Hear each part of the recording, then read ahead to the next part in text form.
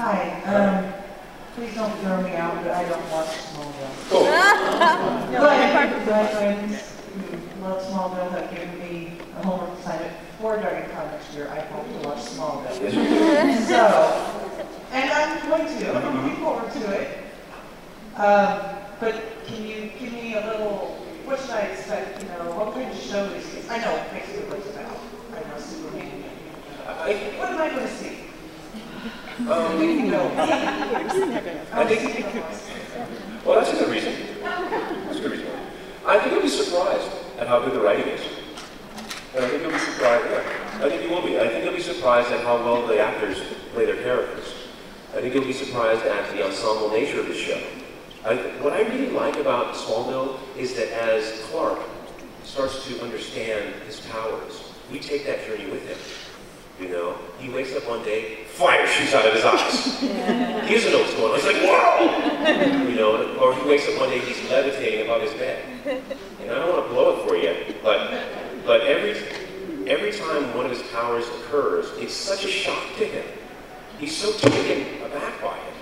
And I think that really caught me. I couldn't wait to watch the next episode and see what was going to come next.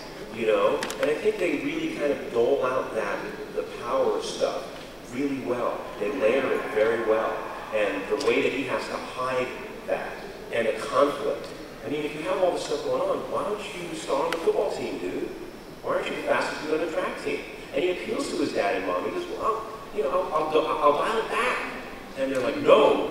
And all of that, they make it relatable, as if that were to happen to any one of us, I think they wrote it as though this is how we would react. Heroes does a great job of that. These are people who weren't knowledgeable about these things. One day they're like, wow, my bone, what? I think they write it as real people would live it, as opposed to how superheroes live it and talk and behave. And that's what really caught me. And I'm a fan of the show because of that, not just because Phil Morris is in it, but because I have a chance to put myself in the third person. It's so stupid. And Dion's saying it, when Dion don't want to talk, Dion don't talk. But I think you'll appreciate the show. It doesn't pander to us. It doesn't talk down to us. They get our intelligence, and look forward to that. Yeah, absolutely. How do you do? Right to right. Hi there. Hey. There's rumors of Black Panther, Luke Cage coming to big screen. What would you like to see first? What would you like to be part of? Well, I'd love the Black Panther to come up because I think I'm at the age I can still play it. But I don't know. They've been talking about that for years. Wesley was supposed to do the Black Panther over 10 years ago, and it just hasn't happened. So I don't know what I would want to see first. I just want to see it. I just want it to happen. And I like Luke Cage because of his grittiness, his rawness. I like the fact that he's more urban than the Black Panther. The Black Panther's a very pulled together brother who came to the States to learn, go to university. I mean, he comes from the Wakanda tribe. It's a whole different thing that we're not familiar with. I think Luke Cage comes out of a more real world firmament for me. And maybe I would like to see that happen sooner. I don't know if I have a choice. I just want to see it. Who else? Come on. It's in there. Actually,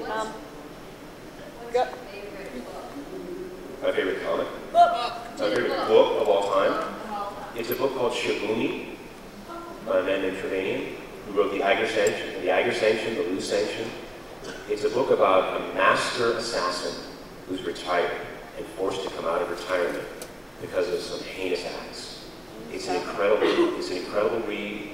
It talks about spelunking, which is caving. Wicked. Can you spell this out for us so we can write it down? It's called, that's Shibumi, Shibumi. And Shibumi is a state of effortless grace. And this man is striving for, and it captured my attention because I teach Kung Fu, I'm a Kung Fu instructor.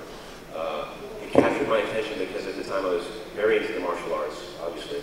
And when they started to talk about his mindset and how he wanted to live his life, he's in retirement with this incredibly beautiful Asian woman who is his concubine mistress.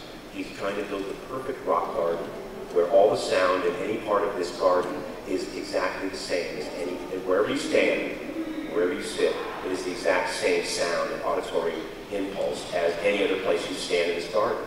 His pursuit of this effortless state of grace and perfection appealed to me. And then you wrap it within this incredible espionage thriller, and you got it. So check it out if you haven't heard of it. And he's a great writer, Canadian. They were just mentioning about the possible Black Panther movie, Luke Cage movie.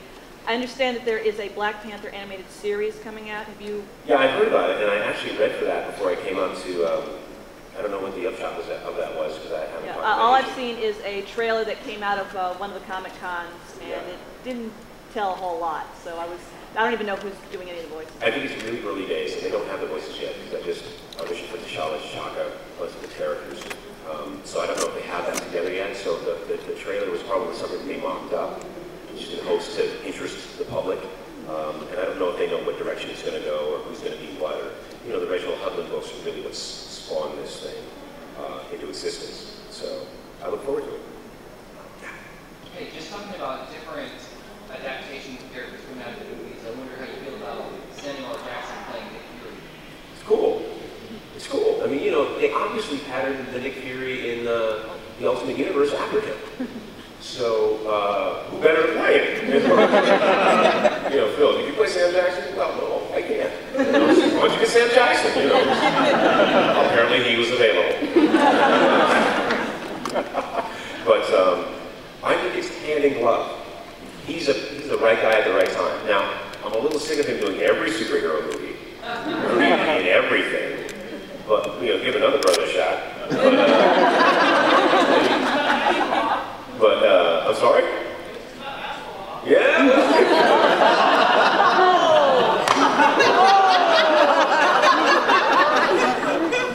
Wow. That's hard. But yeah, I think he's perfect for it. He's got the right bearing, the right confidence. When that Nick Fury talks, people are going to listen to him. You know? And I think that's crucial for that character, especially in the Ultimate Universe. So, yeah.